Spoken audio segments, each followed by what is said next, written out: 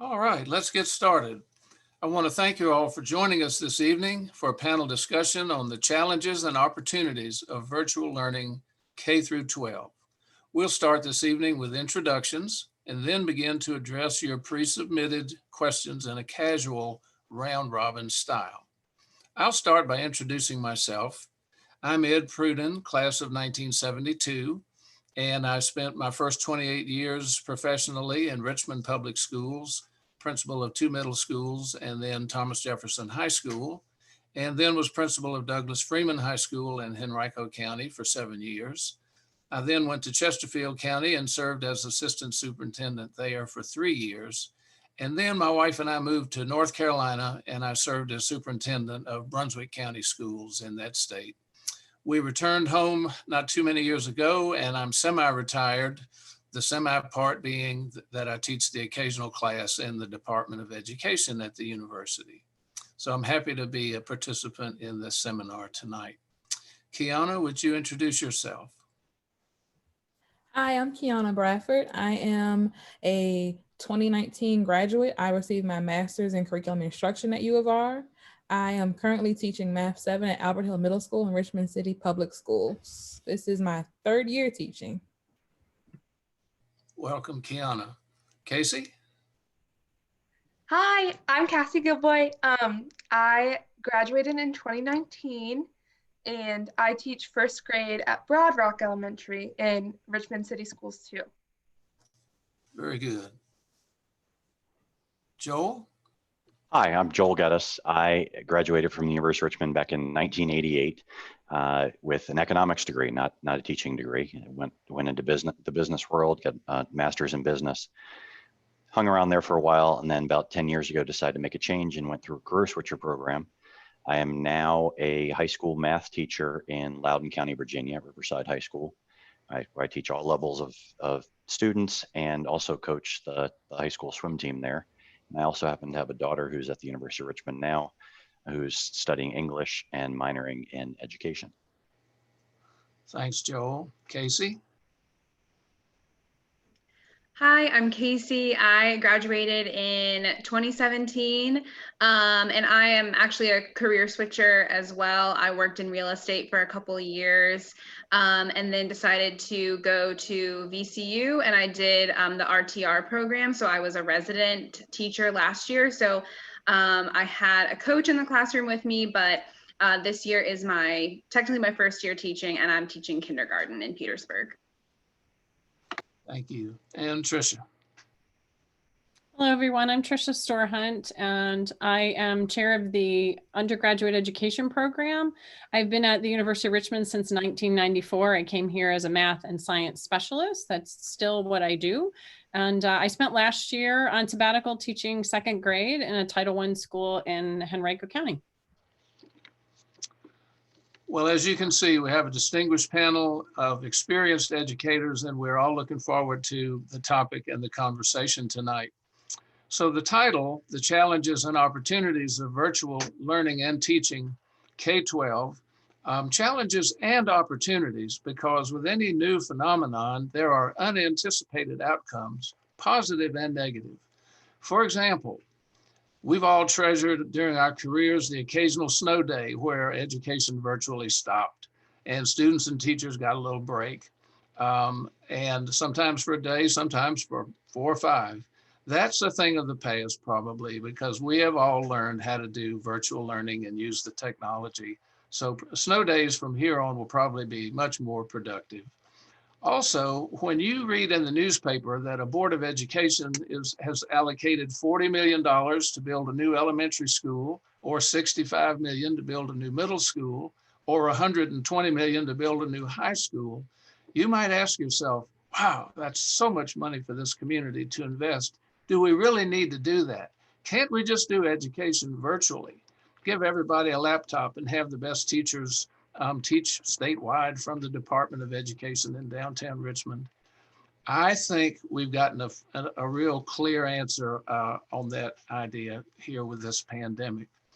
So having said that, learning and teaching, we put learning first because the focus is on students tonight, on the children. And of course, teaching is the flip side of that coin. So let's move into our first question then. What, in your opinion, is the biggest challenge of the virtual or blended experience? And we'll each offer an answer to that and begin in alphabetical order. Kiana. I think honestly, the biggest challenge right now is with middle school students, especially with seventh graders. They have been in person for the past 6 years, and you're changing their entire world. Richmond City was not one-to-one.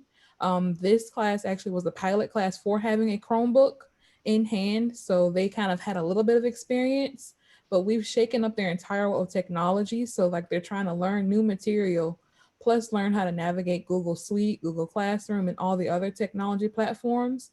I think that was one of the biggest challenges for my students. Mhm. Cassie? Yes, I definitely agree with Kiana that it's just all so new and different.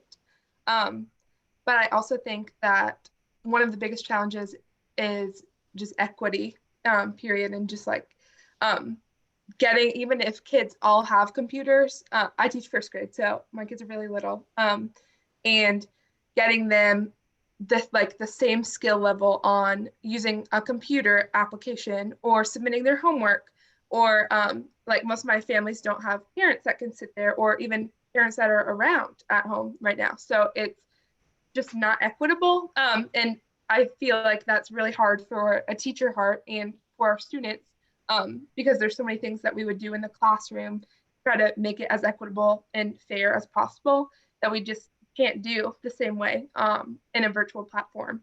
That's an adjustment for all of us, I think. Mhm. Joel?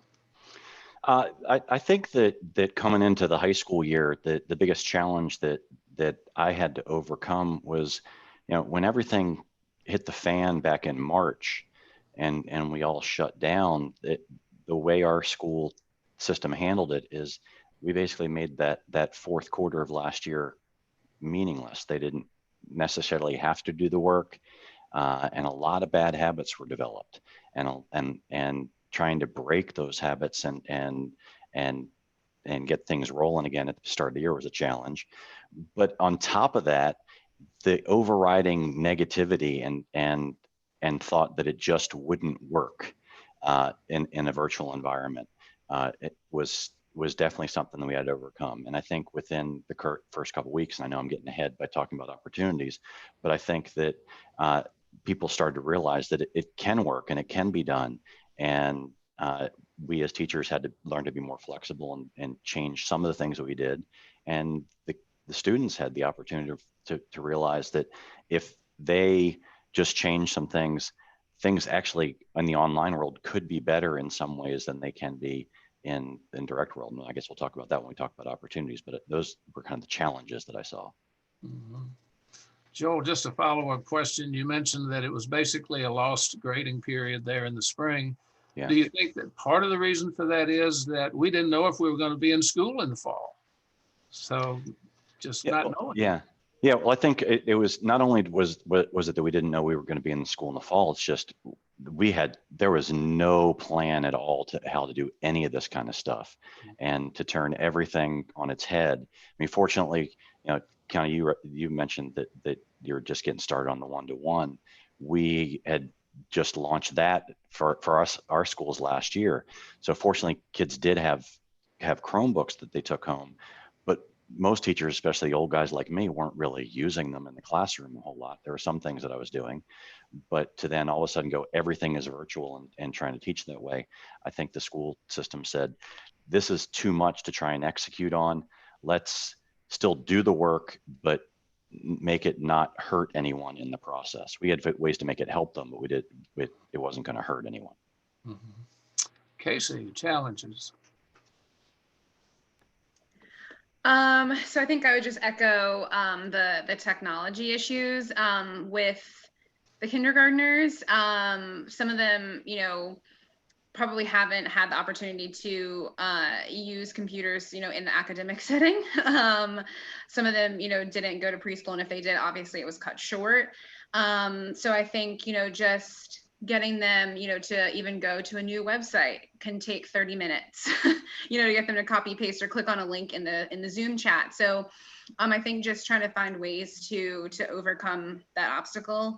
And then also, I think the physical connection you really miss. A lot of them have, expressed like, oh, I wish I could hug you, or I wish we could actually high five. So I think it's just, missing what could be, especially because being in kindergarten, they had so many high hopes for what their first year of school would be, and it's a lot different than what they imagined. A lot different. Tricia. Well, I would echo just about everything everyone else has said, but I will say I have been so impressed with how hard teachers are working. I mean, they're doing yeoman's work to make this happen every day.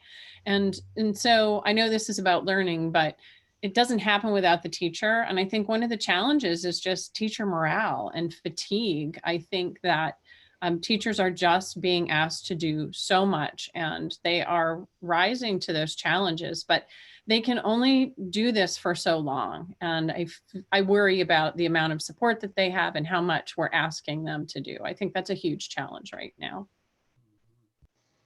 Certainly.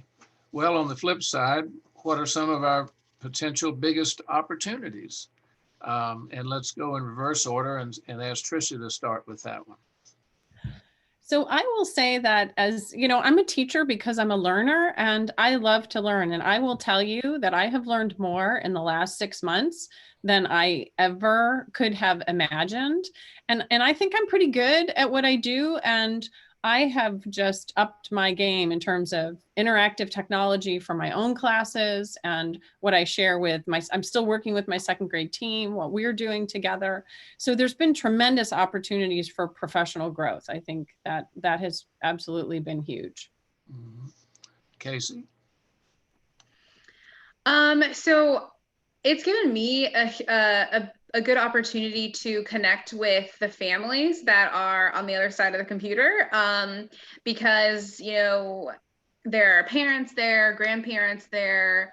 A lot of my students have older siblings that are learning, alongside them. So I've gotten to meet extended families, which, sometimes it's a bit of a distraction, but I think you would not get the opportunity to really see your students' lives like that beside, parent-teacher conferences or, a phone call home. So I think that that's been really great, just to get to see the students interact with their families. I think that's really special.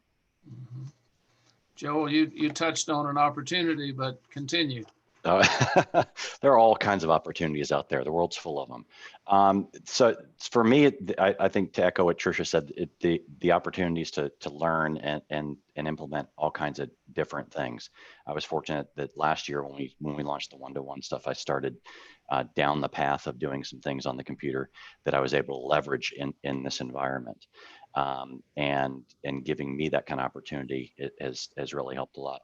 And also having the opportunity to try and fail, try something, it doesn't work, switch it, try it again.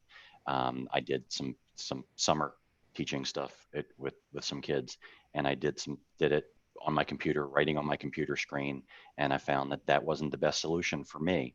So I now go into the school and stand at my Promethean board, my whiteboard, in the classroom with the camera on me. So it's like I'm teaching in the classroom, and it gives me the energy that I need for my kids. On the student side, I think the students have found the opportunity to recognize that there are some of them that this works better for, because they really like it. They like the opportunity to work at their own pace and explore things on their own without being bound to this sitting in a classroom kind of situation. And the ones who never ever speak up in class because they're too shy, they can now hide behind their camera and say something or ask a question, whether that's in the chat or just speaking up. So those kinds of opportunities are coming up for the kids as well. Mm-hmm. Okay, Cassie? For sure. I definitely agree with Casey. I love the teamwork that really has to happen this year. it should have happened every year, but I think as teachers, it kind of falls away when there's a gazillion things to do. But like we have to work with parents, and it kind of shows those kids too that we are a team. And if we want what's best for the kids, we have to work with their families. And it's been really sweet and a gift. And they invite us into their homes, which is just kind of interesting. And that opens the door for us to know them in a different way that we would never get to see in the classroom. In good ways and in ways that are concerning. But it's really sweet just to kind of partner with them, and we're all in this together, kind of. So I loved that. Some of you have touched on this, but I'd just like to segue. I think we have a real moment here, a teachable moment, if you will. What is one thing that you have started to do during this pandemic that you never did before, but that you think would also be effective when you get back into your school and classrooms and you intend to carry that forward into a more normal environment? And someone might want to volunteer, since that's one you weren't anticipating.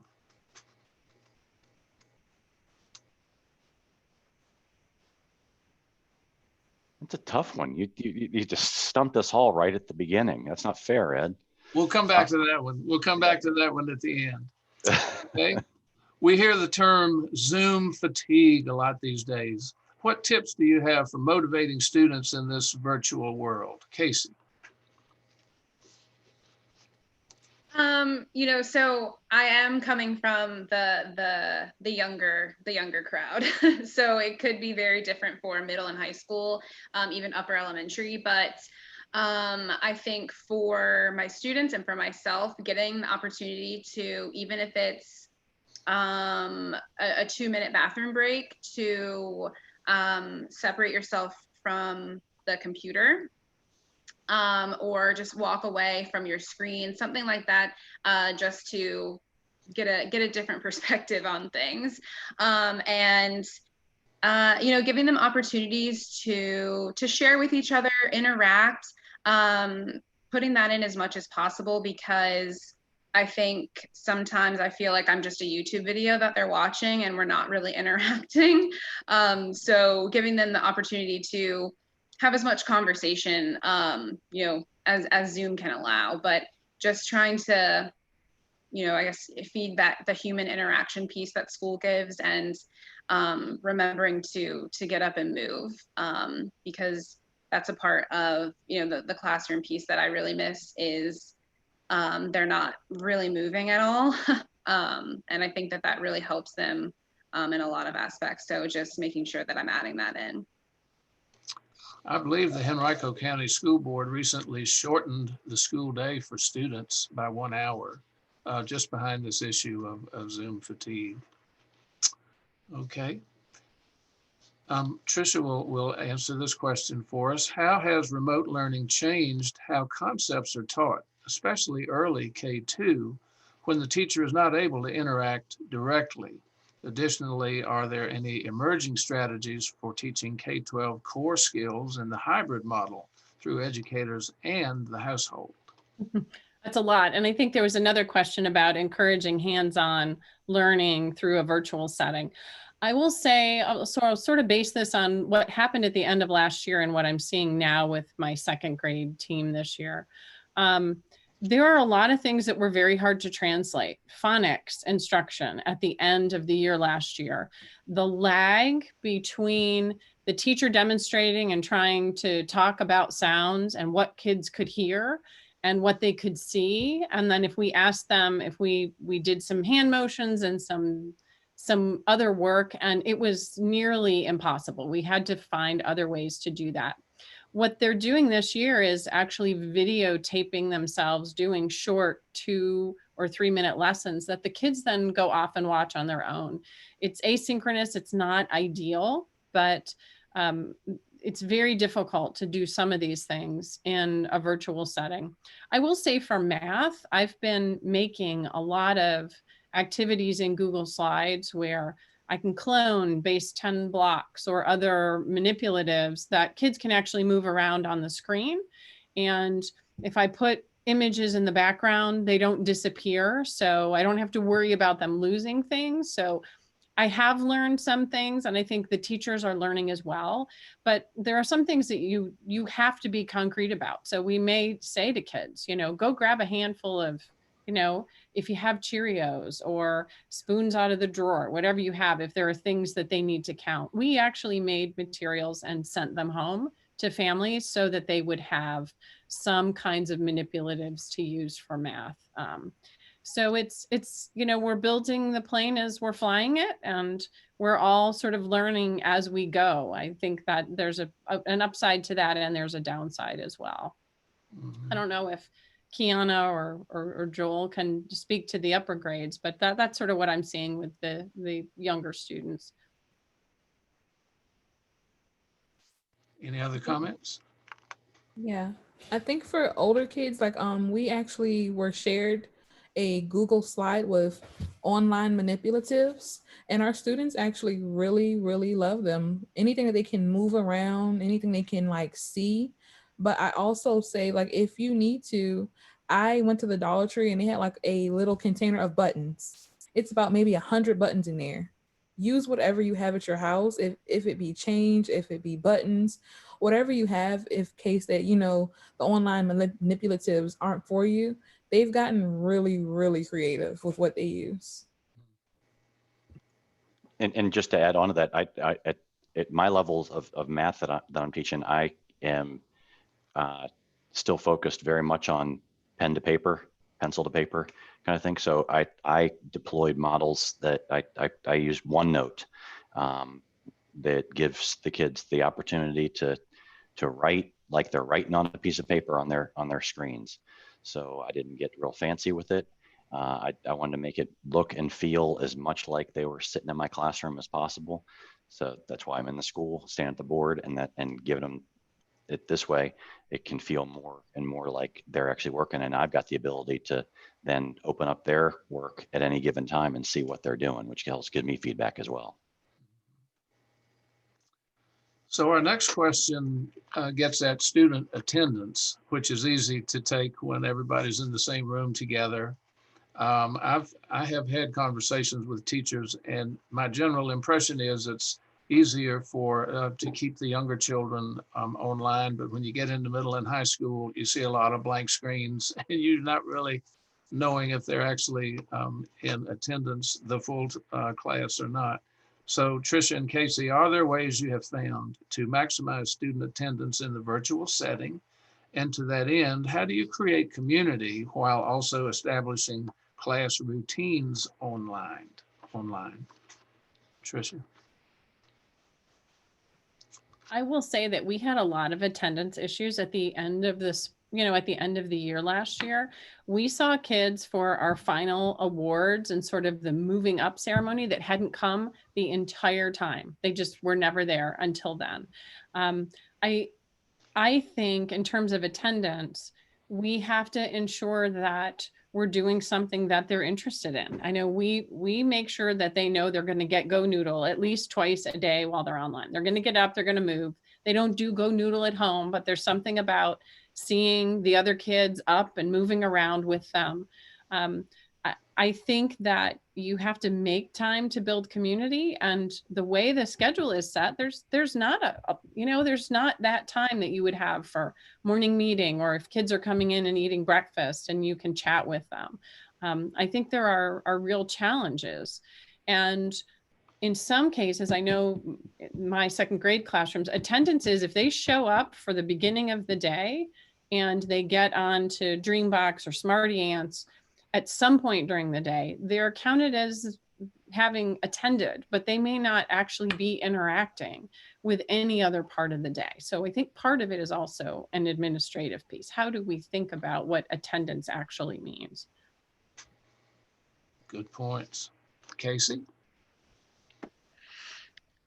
So yeah, I definitely tried to make time for the community building aspect. Our schedule is pretty jam-packed as well, but at the end of the day, I've been saving about 10 minutes just so they can do shout outs to each other. So they'll, shout out to this other classmate because, he's really cool. Whatever they say, they look forward to it. Every day they ask me all day, every day, what time are we doing shout outs? So it's just, that little thing that they can give each other affirmations, something to look forward to. And I also am trying to still do birthday parties, celebrating Halloween, whatever holiday is going to be coming up, just because it's something that they can look forward to. Like on Friday, I'm going to let them wear their costumes to Zoom kindergarten, and we're going to have a little time to do Halloween freeze dance videos on YouTube. It's, it might not seem like a lot, but just giving them that little tidbit to, have a little party, relax when they're done with all of their work. They're super excited for it. I'm super excited for it. So I think just finding ways to keep up the morale for your class, even if it doesn't seem like it's a lot. Anyone want to add to those great ideas? Well, our next question or topic involves the idea of inclusion. Most schools have a majority culture, and by majority, it could be any ethnicity or race or cultural commonality.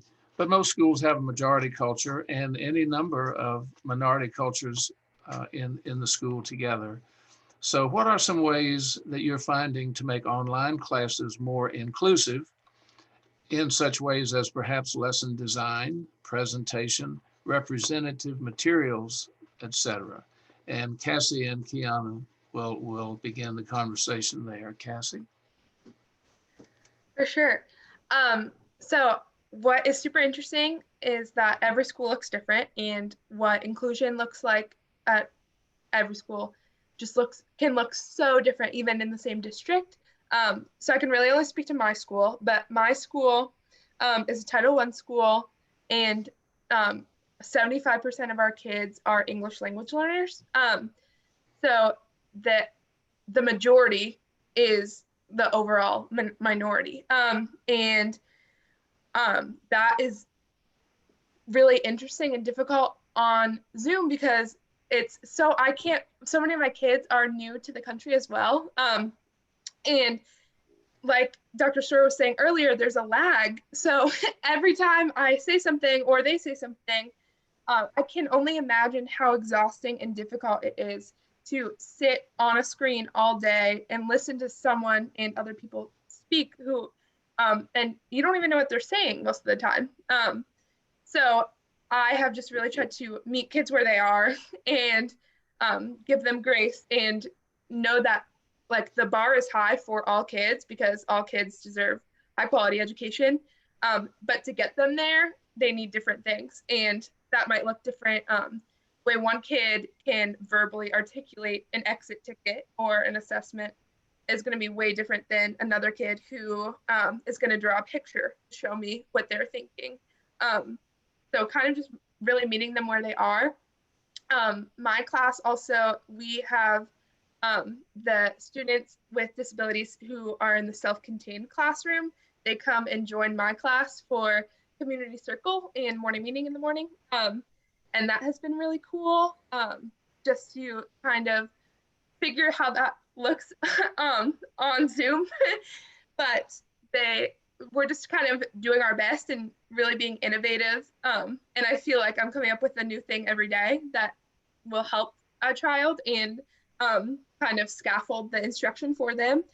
But it's really just creativity and innovation and teachers sharing with each other because none of us really know the best way. And it is so inequitable. So it's just trying to really get them all there. Yeah. So 3/4 of the kids in your school are English language learners. Yeah.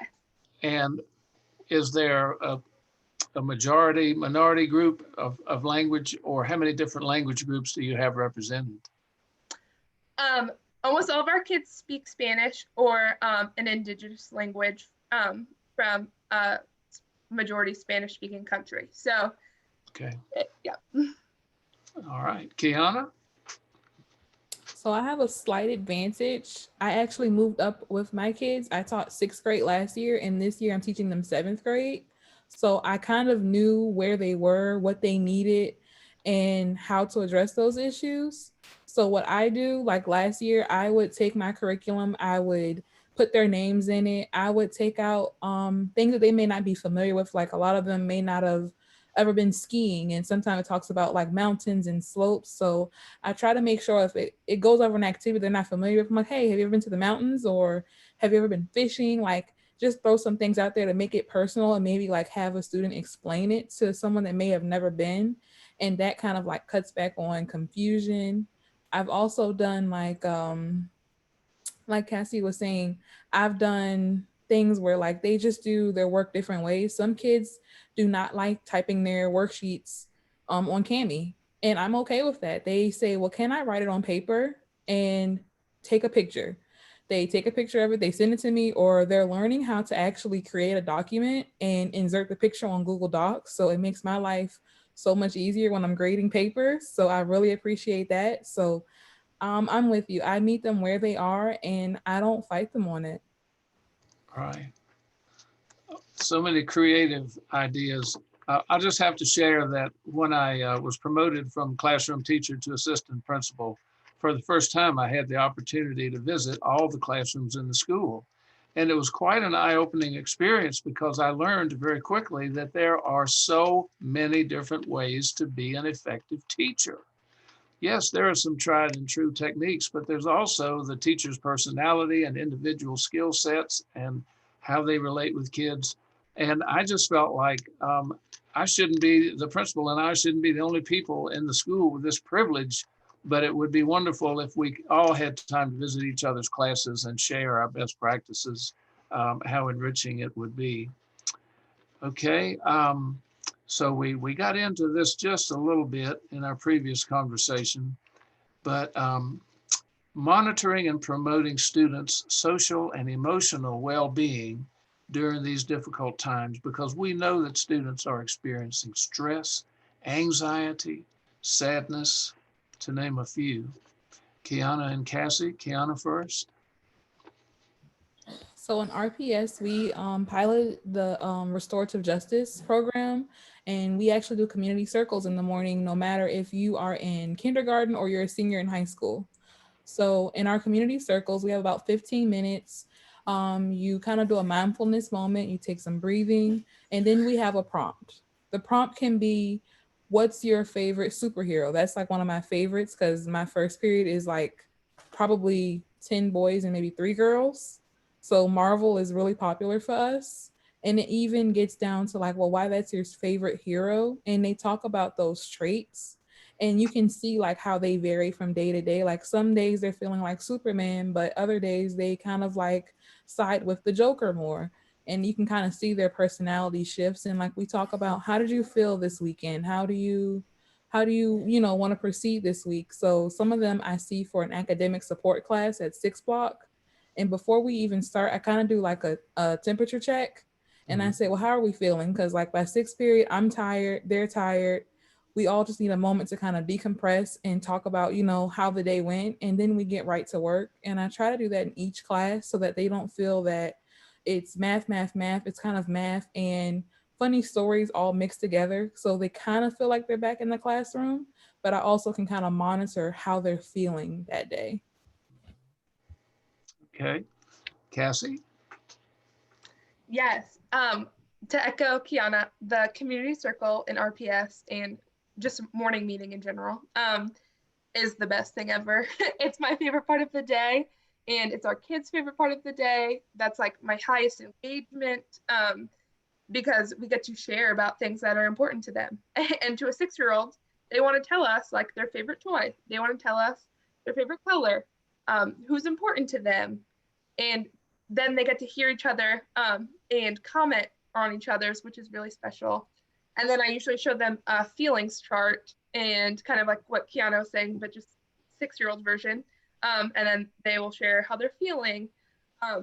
And it's hard because in person, I feel like there's so many moments, especially for elementary school kids, to kind of meet them when they're feeling sad, or angry and kind of like walk them through that. But then I feel like with virtual, you get a few little glimpses of like a child will raise their hand and be like, I feel sad today because of something, or I feel sick. And then we kind of like get to grow in empathy and talk about ways that we can support them and love them, like even if it's just a virtual hug, or something like that. So just really getting to hear each other and listen, and kind of share what's on their hearts, I think is pivotal, whether we're in person or virtual. Joel, thanks. Bring a secondary perspective, a high school perspective. Yeah. So you might not believe it or not, but I'm not real touchy-feely. And so my social, emotional kind of stuff is very different from the younger kids and that kind of thing. And what jumped into my head was it was something that happened today. So in my class, one of my biggest challenges I'll bring up again is getting the kids to turn their cameras on. So it's great seeing your guys' faces. I see a lot of little icons in my classes right now. But I try and call on the kids in class to try and get them engaged. And I had a student today that I called on him and he didn't respond. But, well, that's weird. He checked out, went to the restroom or whatever. Called him again later and he didn't respond. So I thought he either left the class or something's wrong. So I emailed him when class was over, and he actually responded very quickly to say he's upset that he didn't respond to me, but he's in a very loud part of his house taking classes, and he's embarrassed to turn on his camera and open up his mic. And so that started a conversation with us that we actually got his parents involved with to try and come up with a solution that would get him to a quieter place in the house so that he can, one, be an active participant in class, and two, not be embarrassed that he can turn on his mic and participate. So it's those little things that go on that we have to keep in mind and balance out to get everyone involved in everything. Thank you for sharing that. Casey and Tricia, this is such a human aspect of our work. I just wonder if you had a thought you want to add to this part of the conversation. Well, I'm teaching, here at the university classes I have students face-to-face and I have students online remoting in.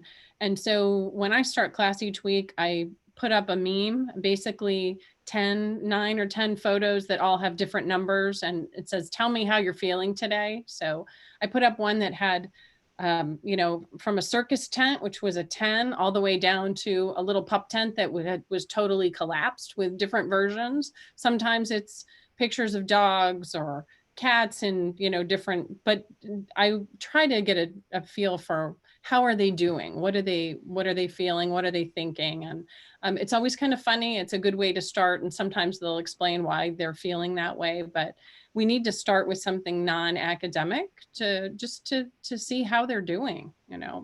These times are very trying for everyone. Yes.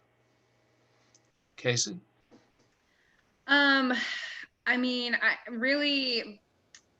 I've just been recently, just some days it kind of feels like they're a little tired, and I'm also tired. It's like if it's a Wednesday or a Thursday and it's just been a long week and I'll just say, you know what, friends, like I'm feeling tired. I'm a little stressed. Does anyone else feel like that? Like just, if I feel like if I share, kind of how I'm feeling, so I seem maybe a little more human, a little more down to earth. And I feel like that's kind of opened up some conversations, just like, oh, I'm happy today, or I'm super excited for this lesson, just kind of sharing how I'm feeling to kind of model how to express your feelings. Cause I think they're still working on how to put words to those feelings. So just modeling that and just building community in that way. Cause sometimes, I'm alone teaching them, and just being able to be like, I'm tired, but we're going to keep doing it. I appreciate the support, just something, silly like that, just to feel for all of us to feel better. Mm-hmm. We have a member of the audience that sent us a question. What advice do you have for parents who have older students that are struggling to be motivated and invested in their virtual learning? And in particular, any middle school motivation tips?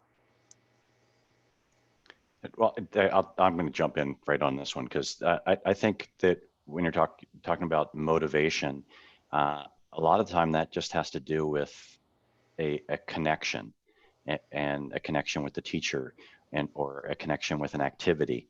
And that obviously is hard in this kind of environment, but trying to find a teacher that the student can connect with and have a conversation with, just finding common interests.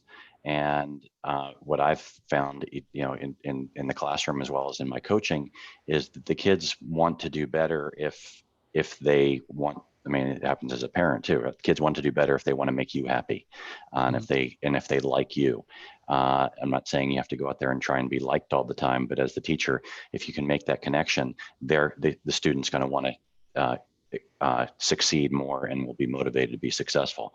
As a parent, I would recommend that you look at your student's schedule and see what class are they most interested in, and see if you can just schedule time to have a quick chat with the teacher, with the kid, not just parent and student, but with the student. I mean, not just parent and teacher, but with the student involved, so that there can be a connection made, and they can start looking for things that they can have in common that will make that class more interesting. And I think that motivation then feeds through everything else.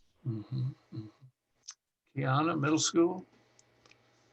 So I have to ditto exactly what Joel said. And I also told my students, like, when we began the year, I told them the keywords for this year is grace. We are running a marathon. We are not running a sprint. So I told them, just like I need balance, they need balance. So my homework every day is always after school, find some time to go outside and breathe some fresh air. Like, close your laptop screen, don't look at the phone, just go outside for a few minutes and just take in the atmosphere. Because I think sometimes it's not that they're not motivated, it's that they are feeling overwhelmed. And because they are in middle school, they don't know exactly how to express that they're stressed out. So I tell them, take a moment, find balance. I told them, like, some of them are up at 11, 12, 1 o'clock in the morning submitting assignments. You should be enjoying your time, because I don't want to do that to you guys. And I don't want to be up working that late. You shouldn't be up working that late. I also tell them that, you're not going to get everything in one setting. Like, I think that's what's frustrating a lot of them. They're used to, like, after one day of class, they are learning like something new. Sometimes it takes me longer because I have technology issues or their Wi-Fi is not working. So their classes like are in and out of class. So I told them, it's going to have technology issues. We're going to have days where the lesson just sucked. And I'm okay with that. And I'm going to own that as a teacher. So what can we do to do better? And the next day we all come in and I tell them, I don't hold grudges. The next day, it's a brand new day. We're all smiling and, we're going to get through. We're going to laugh at yesterday. And a lot of them really, really like that. They're like, oh, we're not going to get it. No, you're not going to get it in one day. Rome wasn't built in a day. So I think letting them see that you as a person also fail at things made them feel better that, oh, she messed up, so I can mess up. So it really helped them.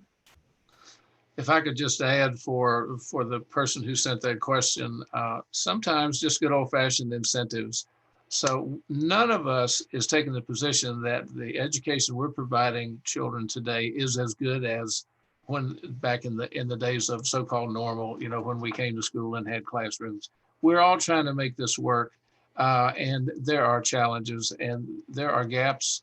There are issues, we all admit that, but what I am certain that our audience is feeling is what a human business this is and how critical it is for teachers and students to have a relationship of trust and how you go about building community. I think even though we're not near the end of our time, I think our audience has a feeling for how each of you is striving to build community, include every child as a welcome member of the class, and establish relationships of trust.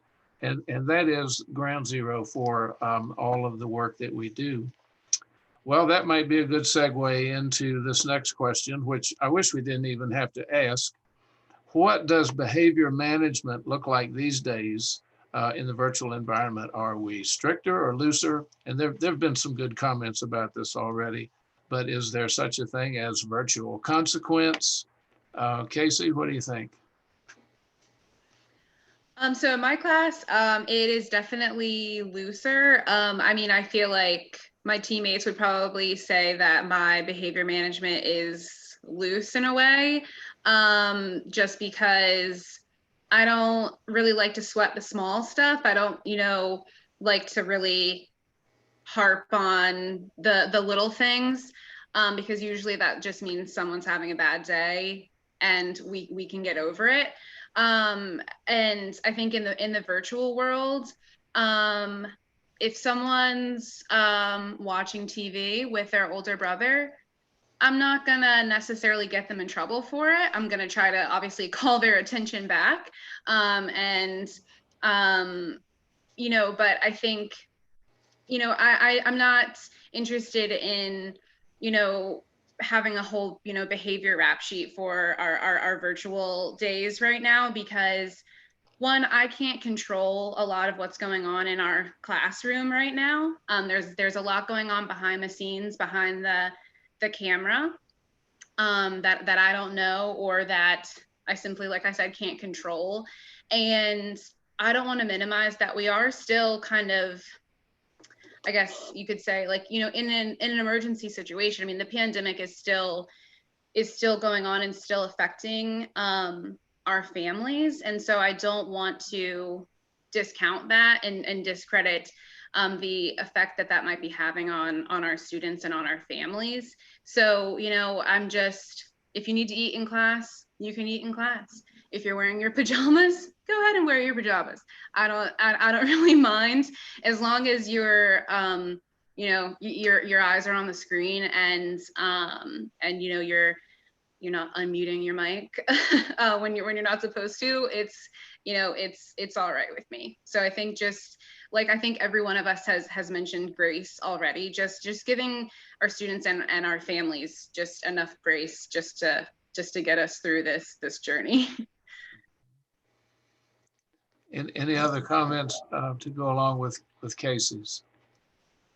I'd have to agree with Casey. I've never been one to like really be like a strict rule follower, and I think like my students understand it. Like I definitely have like my non-negotiables, and they know that for me it's, we're not talking while others are talking. I have a zero tolerance for bullying. We are respectful. This is, a loving environment. We are a family. We're in this together. And oftentimes they will help each other out. They're like, "Oh, great job. You finally got it. I'm really proud of you." Like that's the environment that I've created with them. Mhm. So I think that, if they can get up in the morning, log into 6 classes, I am not going to be upset if you're eating in class, if you're in pajamas. I got to go to the bathroom. Oh, my little sister needs help. I'm okay with all of that. As long as you're not doing anything that is disrespectful, inappropriate, or, disruptive to our learning environment, I'm okay with it. Like they have the referral system open in Richmond, but I'm not exactly sure what I could write a referral on that, because again, like Casey said, I'm not in their house and I can't control what's in their household, but all we can do is like make sure they're not bullying each other in the chat or anything. So other than that, it's pretty cool this year. I'm hearing non-negotiables and grace. That works for me. What a great conversation. How are grading and assessment practices impacted by our new normal? And in your opinion, is there any place for homework in this setting? Joel. Yes, there's room for homework. I'm a math teacher. How can you do math without practice? Well, one is that this is not normal. So I wish we wouldn't call it the new normal. This is just our new situation.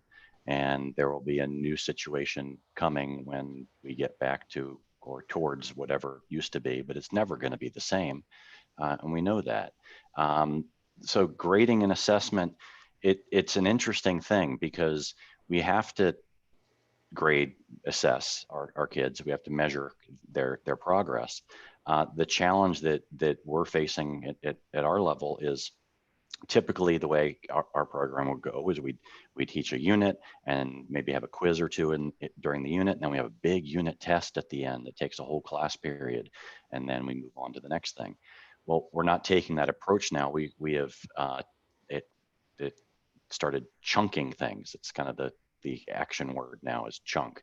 So everything that was a big assessment is now a smaller assessment, and in a lot of ways that's better for the students. It you know, more recency in the things they've learned, and not as much intensity and high stakes on each assessment. But then it's looking at, is this what it's going to look like for them at the next level, whatever that next level may be? Who knows? But that's kind of the approach that we're taking, is breaking up our things into pieces. Doesn't mean we're making each question easier. It just means that the assessments are a bit smaller. And the only way that you can be successful in any thing is by practice. I mean, if you're an athlete, you practiced. Tom Brady practices a lot to play football for the now Tampa Bay Buccaneers. It didn't work out so well for the Patriots there. But you know, a student needs to practice in order to get better. So whether that's homework or in-class activities that they practice, however you structure it, that is right. So homework, I don't think is a good word. I like the word practice a lot more. And you can determine how much practice you need to do, and be given options on that practice, I think is helpful. Within that, you know, students may not be as successful as they want. They may have failing grades, whatever failing grade may be. The idea there is to give them the opportunity to make up for that and to learn it. I mean, if last time I looked, our title is teacher, not assessor. So our job is to teach them something.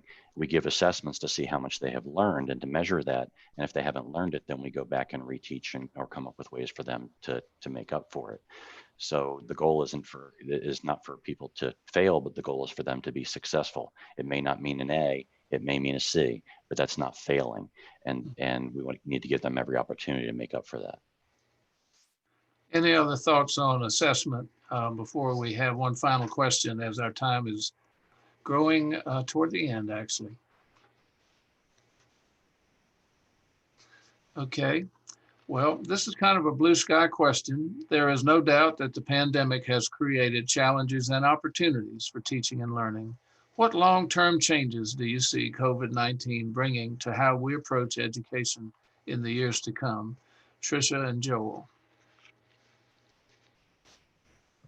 Well, you already took my snow day answer, which is very, very sad, I think. Teachers need breaks, and so do kids once in a while. But I do think on the elementary level that small group instruction is going to look very different, whether it be small group reading or math workshop. You know, students now have, there are small groups that meet with the teachers, and students then work at different rotations. I think those other stations will look very different. I think they will rely more heavily on technology. I think there may be teachers recording segments. I think it will look very, very different because of the technology. And now that we have more one-to-one in schools, I don't know how you go back. Mm-hmm. And that's a good thing. Yeah, I started this last year when we started going one-to-one, and I'm excited that it will continue, is I don't use a copy machine anymore. Mm-hmm. Right? Because I've gone to my paperless way. So that the time spent on making copies and fixing jams and all that kind of stuff, and it just has gone away. So that's a big change for me in my daily life. In the long run, I mean, you brought it up before, Ed, about the possibility of there being a teacher teaching from a central location throughout the state. I don't think that's outside of the realm of possibility in the distant future for not for everyone, but for different opportunities. You've got people that are homeschooled. You've got all these different things going on. This opens up lots of different doors and lots of different things that can meet different students' needs. What we're finding is, and we've known, is students learn in different ways. And if this is a more effective way for students, maybe there will be something coming that they can go down that path and explore that and be successful that way. Absolutely. Actually, it's always been a tool. For example, when you have 3 or 4 students that need a class, and the school can't afford to offer a teacher for 3 or 4 kids, but maybe there are 4 or 5 schools with 3 or 4 kids, and then you put them together online and offer that. So, but to me, the critical piece is meeting the child's needs in the best modalities for that child. This has been an absolutely fascinating conversation. I want to thank each member of the panel for your preparation and your participation. And I just want to say that teaching has always been one of the most challenging careers imaginable. People who haven't done it really have no idea. And teachers go home every day completely spent, physically, emotionally, because they leave it all in the classroom. This pandemic has added to your workload, to your stress. And I just want to thank you for your professionalism, for your creativity, for your flexibility, and for the ways in which you are finding ways to most effectively educate your students in all of these circumstances, many of them new for us. I also want to thank parents, because without your support, we would not have children or business to do. And we know that home and school is in partnership. Home and school work together to raise the children in the community. And we're grateful for your support and participation. So with that, we'll say thank you so much. Remember to check out the alumni Facebook page, Instagram accounts, and the alumni website to stay tuned for upcoming virtual events. We hope to see you soon and hope everyone is staying safe and healthy. Go Spiders.